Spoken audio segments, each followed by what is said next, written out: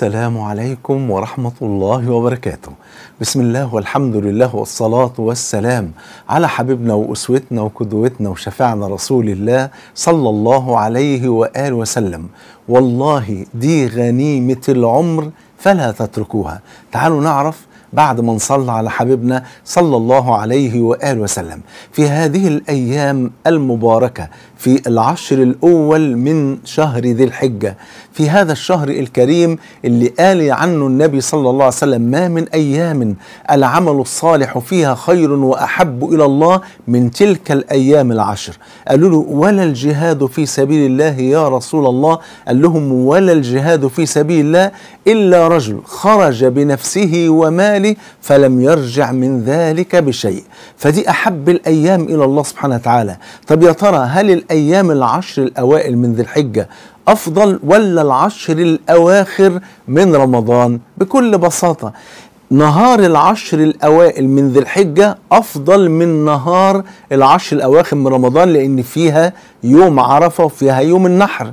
وليالي العشر الأواخر من رمضان أفضل من ليالي العشر الأوائل من ذي الحجة، لأن العشر الأواخر من رمضان لا يليها فيها ليلة القدر التي قال عنها جل وعلا: ليلة القدر خير من 1000 شهر.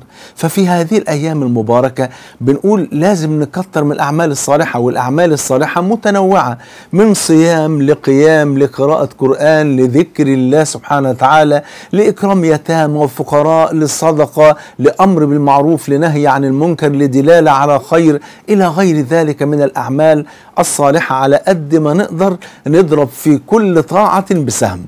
واضح كده؟ طيب في ناس ما عندهاش مقدرة انها تختم القرآن في اقرب وقت. بقول على قد ما تقدروا اقرأوا ورد يومي على قدر الاستطاعة. اللي يقدر يقرأ في كل يوم مثلا جزء اللهم لك الحمد، اللي يقدر يقرأ جزئين اللهم لك الحمد، وهكذا.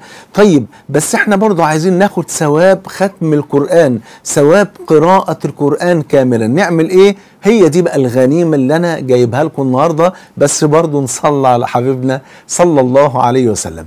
النبي صلى الله عليه وسلم يقول كما عند البخاري ومسلم: قل هو الله أحد تعدل ثلث القرآن. ما شاء الله.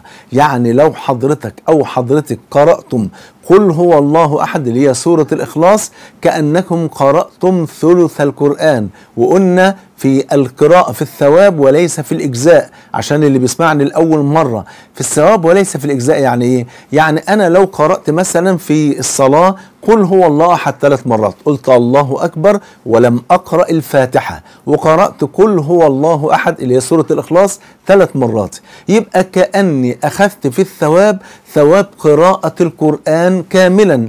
طب لو كملت الصلاة بالمنظر ده من غير ما أقرأ الفاتحة فالصلاة باطلة ولا تقبل، لأن النبي صلى الله عليه وسلم قال: لا صلاة إلا بأم الكتاب اللي هي الفاتحة. يبقى إذن باخد ثواب قراءة القرآن كاملا في الثواب في الحسنات وليس في الإجزاء، أي أنها لا تجزئ عن قراءة الفاتحة في الصلاة. واضح كده؟ طيب فلو حضرتك أو حضرتك وانت رايح الشغل وانت راكب مواصلات وانت قاعد في مكتبك وبتشتغل، ايه اللي معطل لسانك طول ما انت قاعد كده؟ بسم الله الرحمن الرحيم. قل هو الله أحد الله الصمد لم يلد ولم يولد ولم يكن له كفوا أحد. كررها، اقعد كررها كل 3 مرات يتكتب لك ثواب قراءة القرآن كاملا بفضل الله سبحانه وتعالى. حضرتك مشغولة في البيت، كان الله في العون. النساء بتتعب كتير جدا في بيتها، وانت قاعدة بتطبخي كده مش هتخسري حاجة. انا ما اقدرش اقول لك اقرأي قرآن مثلا جزء او جزئين، لان صعب جدا ان انت تجمعي ما بين القراءة وما بين الطبخ، تمام كده؟ لكن سهل جدا ان انت وانت بتطبخي تذكري المولى عز وجل، او انت وانت بتطبخي ان انت تكثري من قراءة قل هو الله احد. كرريها وانت واقفة في المطبخ. بتقف قد ايه؟ والله في نساء بتقف بالساعتين وبال3، كان الله في العون. وفي نساء بتقف ساعة، وفي نساء ملهاش خلق على الوقت ده كله، يعني بتنقي الحاجات اللي ممكن تعملها في ربع ساعة وتخرج. المهم ايا كان الوقت اللي بتقضيه في المطبخ على قد ما تقدري ما شاء الله كرري دايما قل هو الله احد. طب يا شيخ محمود أحيانا ما بكونش متوضية، هل يشترط الوضوء؟ هو لا يشترط، وإن كان هو الأكمل والأفضل، لكن حتى لو ما كنتيش على وضوء فيجوز أن أنت تذكري المولى عز وجل وتقرأي سورة الإخلاص وتكرريها على قد ما تقدري حتى وأنت مش متوضية. طيب هل يشترط أن أنا أكون وأنا بقرأها أكون لابسة حجاب؟ لا، طالما أنت قاعدة في بيتك وما فيش حد شايفك غير المحارم فعادي جدا أن أنت تقرأي القرآن من غير حجاب. واضح كده؟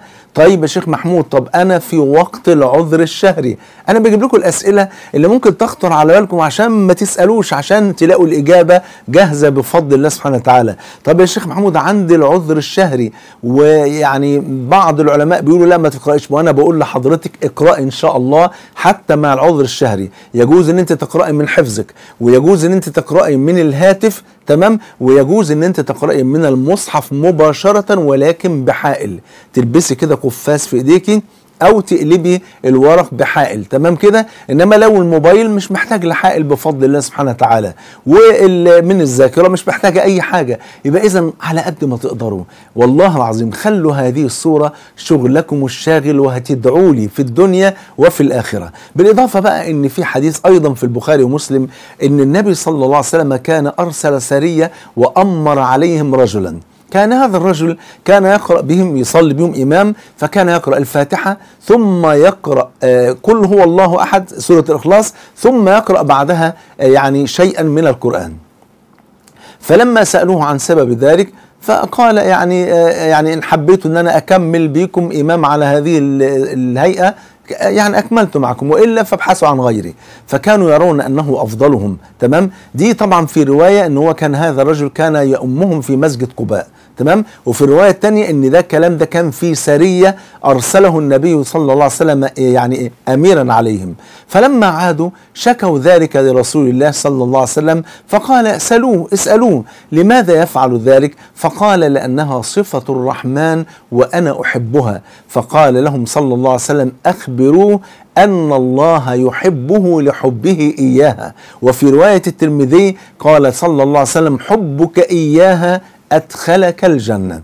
يبقى حبنا لهذه الصورة يكون سببا في الفوز بمحبة الله. والله عز وجل إذا أحب عبدا كما في الصحيحين قال صلى الله عليه وسلم إن الله إذا أحب عبدا نادى يا جبريل إني أحب فلانا فأحبه، فيحبه جبريل، ثم ينادي جبريل في ملائكة السماوات السبع يا ملائكة السماء إن الله يحب فلانا فأحبوه، فتحبه الملائكة ثم يوضع له القبول في الأرض. بل وفي البخاري أن الرب الكريم العلي يقول في الحديث القدسي فإذا أحببت كنت سمعه الذي يسمع به، وبصره الذي يبصر به، ويده التي يبطش بها، ورجله التي يمشي بها، ولئن سألني لأعطين، ولئن استعاذني لأعيذن. ما شاء الله. بالإضافة بقى إن النبي عليه الصلاة والسلام قال حبك إياها أدخلك الجنة، والجنة كما قال عنها جل وعلا في الصحيحين في الحديث القدسي أعددت لعبادي الصالحين في الجنة ما لا عين رأت ولا أذن سمعت ولا خطر على قلب بشر.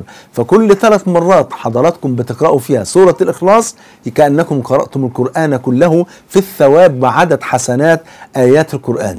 وما شاء الله كمان هتفوزوا بمحبة ربنا وتفوزوا بجنة الرحمن. وكمان فوق ده كله في حاجة كمان كما جاء في الحديث الذي رواه أحمد، وبه أختم، رواه أحمد بسند صحيح أن النبي صلى الله عليه وسلم قال من قرأ قل هو الله أحد 10 مرات بنى الله له بيتا في الجنة. بالله عليكم غنيمة ولا مش غنيمة؟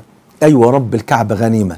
تقرأوا قل هو الله أحد كل 3 مرات ختمة قرآن، كل 10 مرات بيت في الجنة، وفوق ده كله تفوزوا بجنة الرحمن ومحبة الرحمن سبحانه وتعالى. بالله عليكم لا تنسوا على قد ما تقدروا كرروا قل هو الله أحد. أسأل الله عز وجل أن يجعلني وإياكم من أهل القرآن الذين هم أهل الله وخاصته، وأن يجمعني وإياكم مع سيد ولد آدم صلى الله عليه وسلم في الفردوس الأعلى. بحبكم في الله، والسلام عليكم ورحمة الله وبركاته.